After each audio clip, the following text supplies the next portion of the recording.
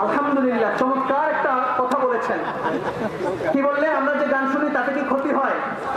কি ধরনের ক্ষতি হয়? আচ্ছা বলেন তো, একজন চোর, ও ভাই আমার খেয়াল করেন, একজন চোর আরেকজন চুরি করতেছে, চোরের কাছে চুরি বিদ্যা দোষ না গুণ? আরো বলুন, ইমাম সাহেবের কাছে চুরি বিদ্যা দোষ, ওটা কয়। তো উনি বলতেছে যারা শুনে তারা বলে নাকি গান শুনলে তাদের মন ভালো হয়। তো চোরের কাছে চুরি বিদ্যা তো গুণে হয়, তো হেরা মনটারে বানাইছে হেমনে, শুনলে তো ভালো লাগবেই। যারা দিনদার মুত্তাকি পরহেজগার কোরআন তেলাওয়াত শুনে তাদের কাছে গান শুনলে ভালো লাগে না। গান, বাদ্যযন্ত্র, গান বাজনা শরীয়তের দৃষ্টিতে এগুলো হারাম। নবীজি বলেন আল আইনান তাজনিয়ান ওয়াল উযুনান তাজনিয়ান জিনাহুমুস সামা। কান জিনা করে, কানের জিনা হলো শোনা। হুজুর, আমার আরো একটি প্রশ্ন, তা হলো গর্ভবতী অবস্থায় মুরগি, হাঁস ইত্যাদি জবাই করা যায় কিনা? এটা কি হাদিসে আছে নাকি কুসংস্কার?